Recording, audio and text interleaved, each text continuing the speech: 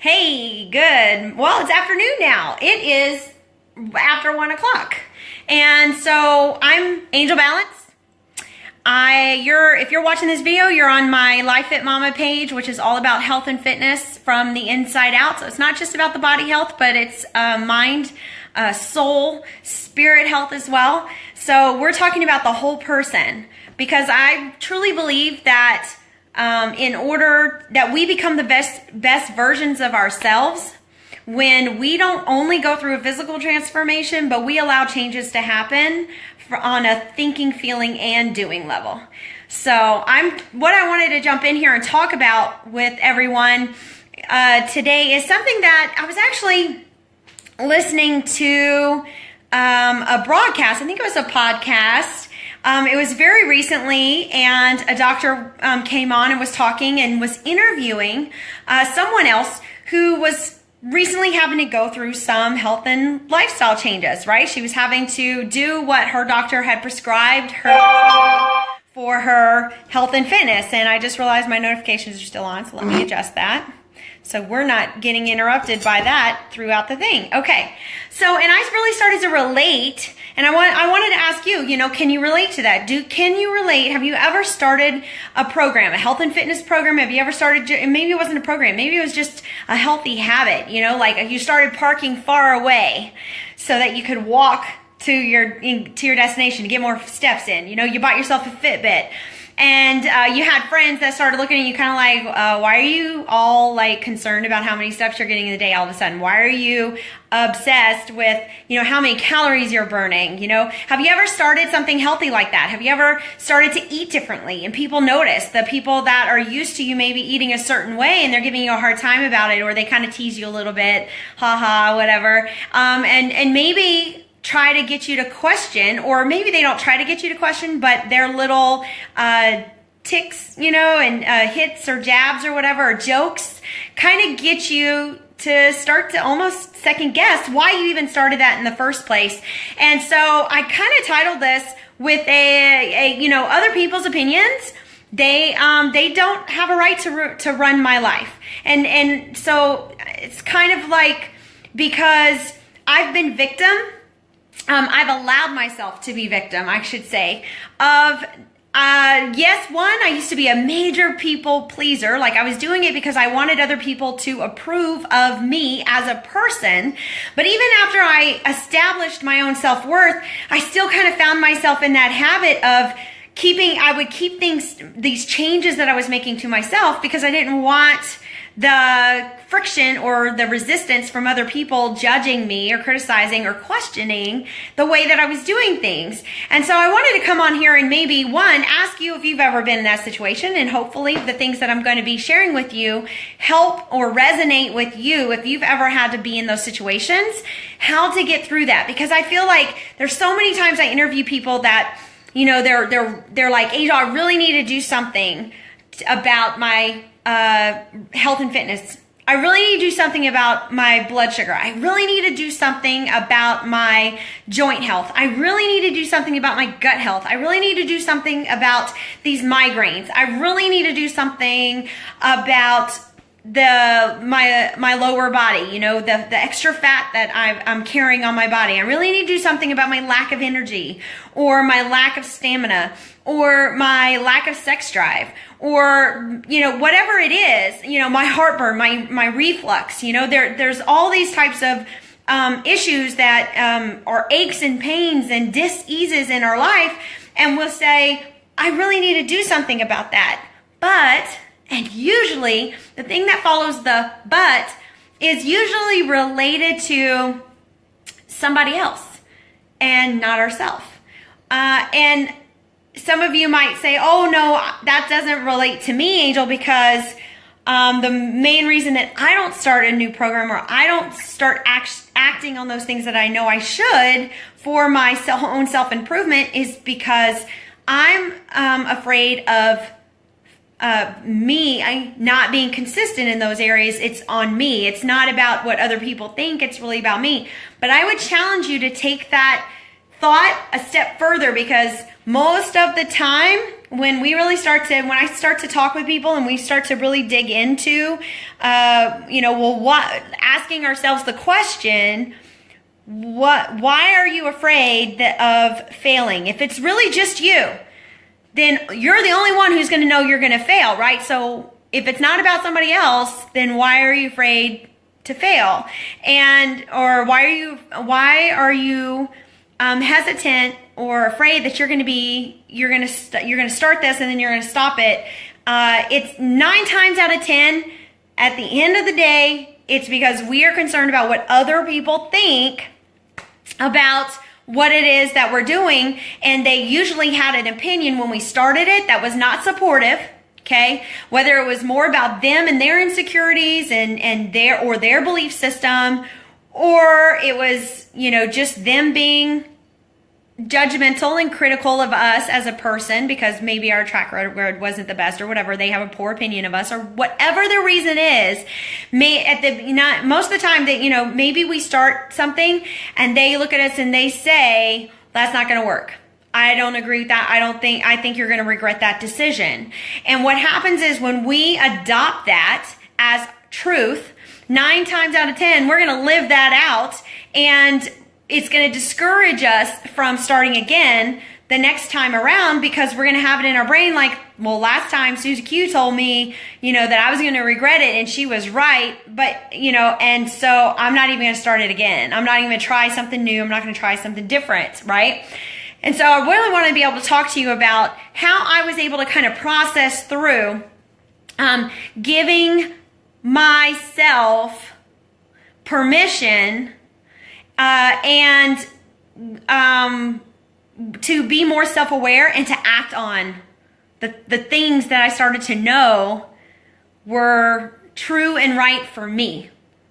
And stop worrying or stop giving into that habitual cycle of allowing someone else's opinion to influence or weigh in on or completely come down on what I know is something that God's put on my heart to do, right? Because the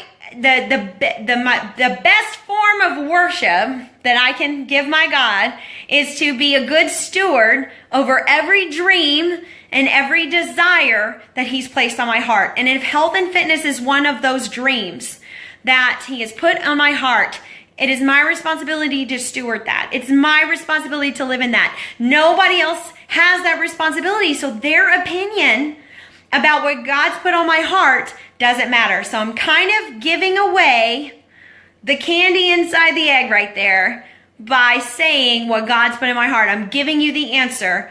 That is the main thing, is who gave you permission?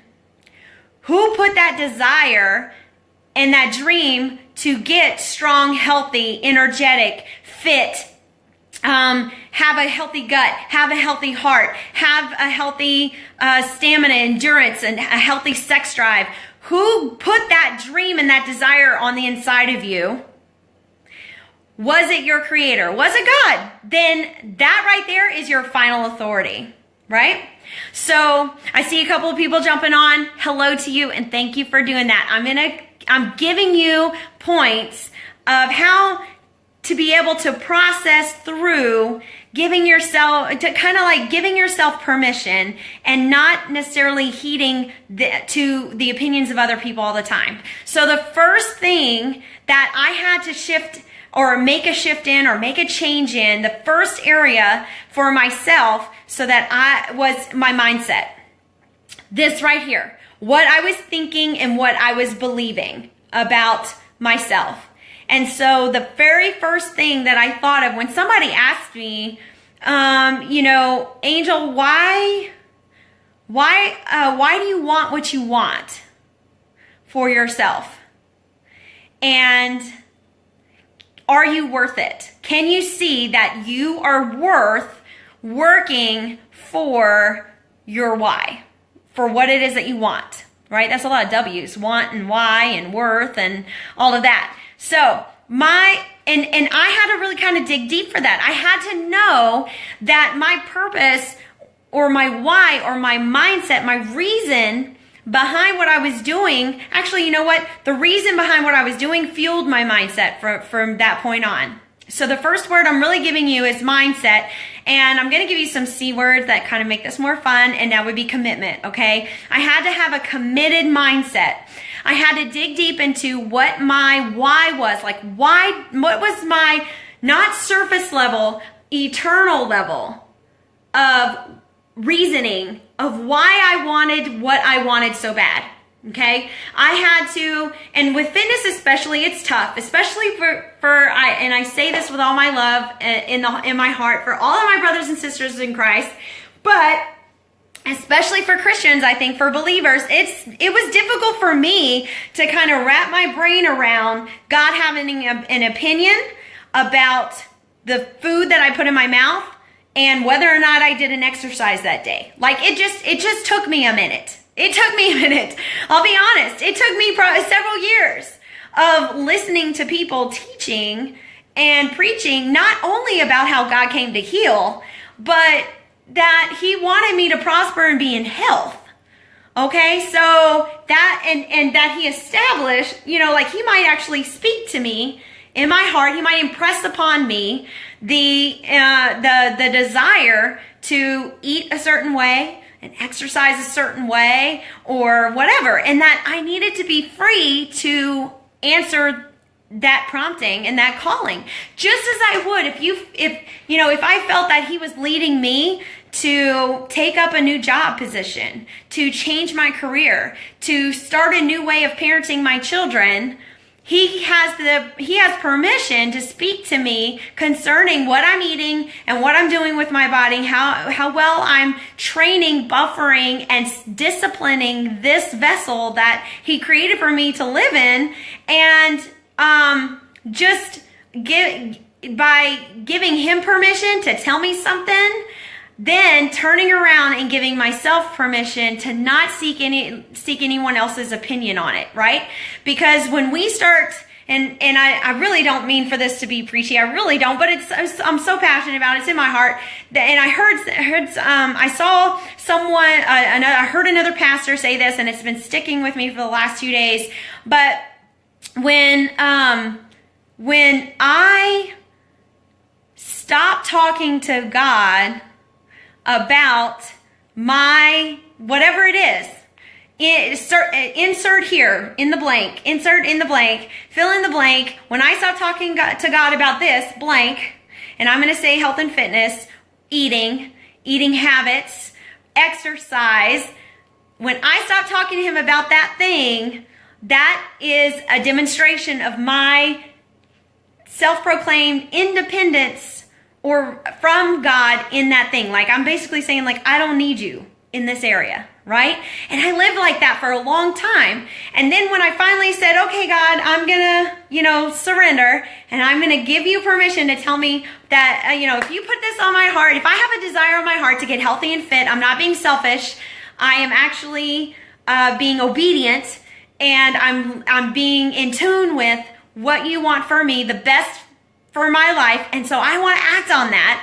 And so the very next thing, so I had to adopt this mindset of whose I am, his, right? I'm a child of God, and that of who I am and why, or what is the worth, what is the value of that thing that I most desire? What would it mean for my life? How would it look different? How would it change? Is that change worth it for the work that I would have to put in? And if so, nobody else's opinion weighs greater. You follow that? Does that resonate with you? And so it doesn't matter how many snickers or how many sly little sideways looks I get, or uncomfortable shifts in the seat. If I'm at a restaurant and I'm ordering food that is different from my friends, it's about me. It's not about them. Okay, so practicing that self-awareness. Here's another part of that is, how, when you're saying, okay, well, how do I know, like, what types of foods or whatever? yes, and because you're kind of like, well, I kind of, God's put it on my heart to eat healthier, and I just don't know which way to go. Well, you can see, for me, my answer is always, which way do you have peace at? Okay? Which approach to eating healthy, because I know there's lots of trends out there. There's lots of different approaches. There's lots of different ways, but just practice some self-awareness, and again, give yourself permission to kind of think, okay, when I eat this food, how do I feel? Like 1 or 2 hours later, how do I feel after I've eaten that? Whether it's bread or pasta or quinoa or peanut butter or almond butter, or comparing an apple to a banana, or when I eat cheese versus when I eat an avocado. You know what I'm saying? Like, when I eat this food, giving myself permission to say, how do I feel? And then so the next thing that I would say, it feeds right into it, is giving myself permission to give it time to figure out how I feel. So that's my number 2. Number 1 was mindset. The C word was commitment. Number 2, the C word is going to be consistency. Okay? Giving myself permission to be to give it some time. My habits and these new thought processes, this new mindset that I'm going to be operating in, that I'm worth it, and reminding myself why I'm doing the things that I'm doing, the confidence that I'm building in that, allowing myself the time necessary for the compound effect to start to happen. Because that's where confidence comes from, is from doing something over and over and over and over and over again, and paying attention to the rewards of that habit, of that decision, of that doing, over and over and over and over again. Again, not to get too preachy, but this helped me, was remembering the scripture that says that I'm the righteousness of God, which righteousness just means the right way, His way of thinking and feeling and doing, right? Thinking, feeling, doing. So whether I'm speaking it, whether I'm walking in it, whether I'm acting, whatever actions I'm taking, whatever thoughts I'm engaging in, and because whatever I think is going to impact whatever I do, right? If I have an ongoing thought that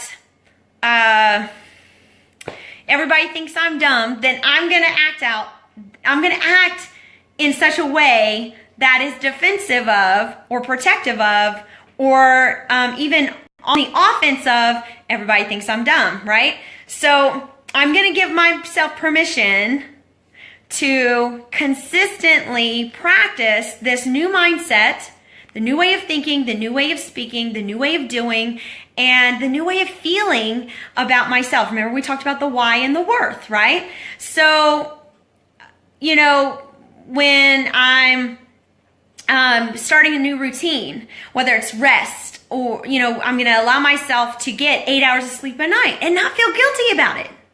I'm going to allow myself 30 to 40 minutes of exercise a day in self-care, a habit, and I'm not going to feel guilty about it, right?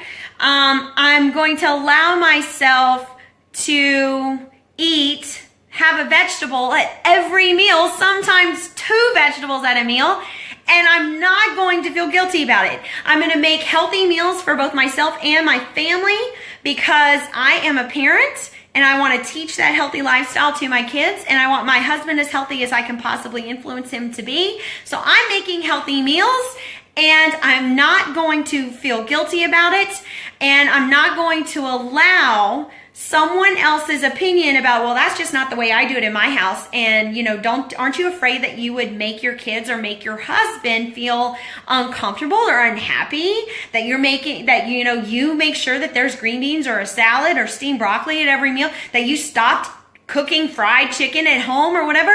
No, because they don't have to live my life. They don't have to answer to my God on what He put on my heart concerning this health and fitness area, right? Now, if He hasn't spoken to my friend, no problem. Okay, I'm not here to say, well, you got to do what I do. Just like they're not here to tell me to do what they're doing or not doing. Do you follow what I'm saying? So other people's opinions don't matter at the end of the day, right? They don't have to answer they don't have to live my life, and they don't have to answer to my God, okay? So the next thing that I had to process through was giving myself permission. You like that? So we've had commitment and we've had consistency. The next one is community. I had to give myself permission to make new friends. Not that I dropped old friends, but that I gave myself permission to begin a new environment, a new community of people to surround myself with who were like-minded and had the same type of mindset, and were engaging in some of the same types of habits that I was, so that I would feel supported it would help to build that confidence in my fit journey, right? And that it would help me in building the consistency over time, okay? So I think sometimes, the people we hang out with, give yourself permission to kind of unplug for a little bit, separate yourself, and figure out what you think, what you believe, what really hear from God, and not just hear their voices, and know which direction is right for you. And have peace with that, and be okay with finding new friends that are in line with that mindset and that vision, okay? All right, so the next one is celebrate. Give yourself permission to celebrate. So I see a lot of times we focus so much on the hustle and the grind, and there's a reward for that hustle and grind.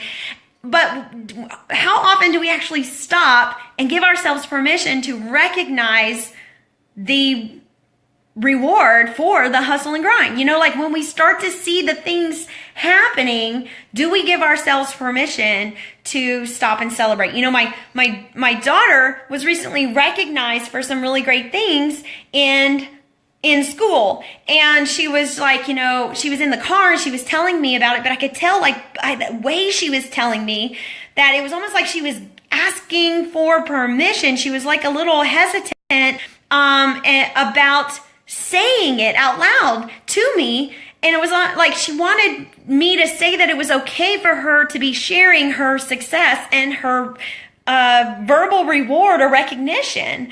And I was like, baby, why are you so hesitant? Are you feeling guilty? Or, do you feel like you don't have permission, or like it's wrong or it's a bad thing for you to celebrate your success by telling me about it and sharing with me? And she was like, well, yeah, because some people have kind of, whenever I've said that, oh, my teacher told me this, or this happened and I got an A, or I worked really hard and I got this and I earned that, they accuse me of bragging or thinking too much of myself or being teacher's pet. And I just thought, sweetheart, you have to know that it is okay, that if you put in that work and you know your heart, if it's coming from the right place, you have every right to celebrate that thing. And I think we have the same, we need to be able to do the same, no matter whether it's school or if it's in our fit walk and with our eating habits. If you drop 5 pounds, if you feel better energy, if you feel more clarity in your mind, if you feel like, since you started cutting out processed sugar and processed grains, that, you've noticed a healing going on in your body or a turnaround of events, that you feel better, then continue on in it and take a moment to celebrate your successes when they happen, without feeling like you have to keep it closed off and you can't admit it in front of somebody else because you don't want to offend them, because that they don't live like that. And, and that they might criticize and judge you or think that you're trying to boast, brag in an unhealthy way. Maybe, just maybe, by you celebrating out loud what God's done in your life through these changes that you've made, maybe it might actually be a light and a hope to somebody else who needs to make those same changes. What if through you, he starts that change with them, right? So giving ourselves permission and to just be self-aware and to go through those 4 things in freedom, in peace, and know that at the end of the day, I'm the only one who has to live my life, right? And so what kind of life would it be if I was constantly more concerned with living how other people thought that I should live instead of living the way that I know, that I feel in my heart God has led me to live? What kind of quality of living is that? And for me, the answer I came to was that it was no quality of life. If I was always concerned and worried about, I'm not going to eat this way and I'm not going to exercise that way. And I still get it, you guys. I still get it. I've been several years on my health and fitness journey. I've still got progress that I'm making. I'm now a fitness instructor and I do my own workouts before going to the gym to teach a class. And people are like, that's crazy. That's weird. That's too hard on you're being too hard on yourself. You're being obsessive. And they mean it in a negative way. And I'm just like, you know what? No, because when I'm in the gym, I'm teaching for them and their goals. That's my time to help them.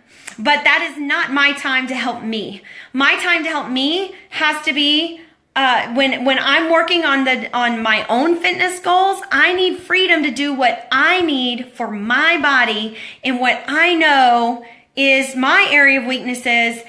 Because just like I can customize and tailor fit a program to them, I need to feel free to customize and tailor fit a program for me based on what I know is the direction that I need to be moving in, and that I am totally worth all of that work that I'm putting into it, right? So that's it. I've had you guys long enough. I really wanted to be able to come in here and maybe help you with that whole concept of giving yourself permission and stop worrying about other people's opinions and live your life. Okay? All right. Bye, guys. If y'all have any questions, if you're coming in late, please go back, watch the replay, ask your questions. I promise to circle back around. If you have a story of other people being critical or trying to get you to be a certain way or do a certain thing, and you just knew that it was right for you to continue on, would you share it? I would love to be able to celebrate in that with you. All right. Bye, guys.